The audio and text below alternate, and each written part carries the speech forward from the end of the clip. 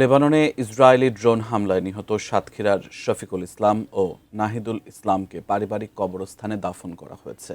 আজ সকালে তাদের মরদেহ বাড়িতে পৌঁছালে এলাকায় নেমে আসে শোকের ছায়া। সাতক্ষীরা থেকে এম জিল্লুর রহমানের তথ্য ছবি নিয়ে বিস্তারিত দেখুন ডেস্ক রিপোর্টে।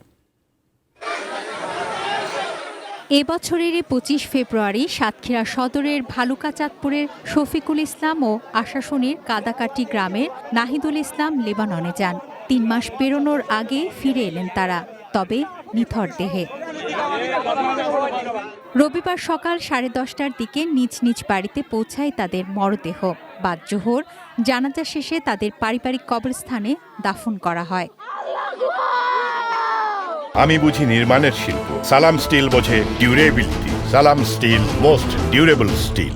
পরিবারের সচ্ছলতা ফেরাতে লেবাননে যান সাতক্ষীরার যুবক শফিকুল ও নাহিদুল। যেতে তাদের খরচ হয় 7 থেকে 8 লাখ টাকা, যার প্রায় পুরোটাই ঋণ করে আনা। তাদের ঘিরে স্বপ্ন বুনছিল পরিবার দুটি। গত 11 মে স্বজনদের কাছে আসে মর্মান্তিক সংবাদ।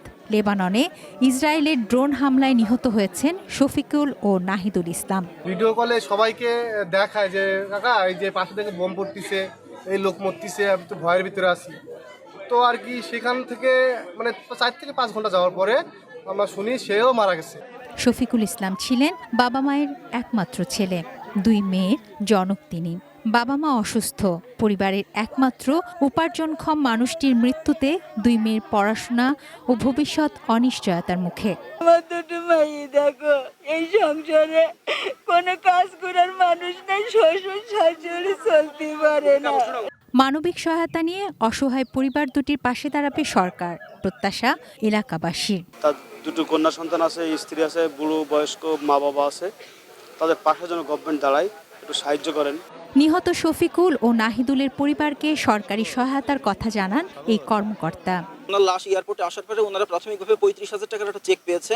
পরবর্তীতে উনি বৈধভাবে দেশের বাইরে যাওয়ায় উনি এককালীন বাংলাদেশ সরকারের পক্ষ থেকে 3 লক্ষ টাকা আর্থিক অনুদান এবং জীবন বীমার কাছ থেকে 10 লক্ষ টাকা পাবেন, এবং পুরো টাকার প্রসেসটা হবে আমাদের অফিস থেকে।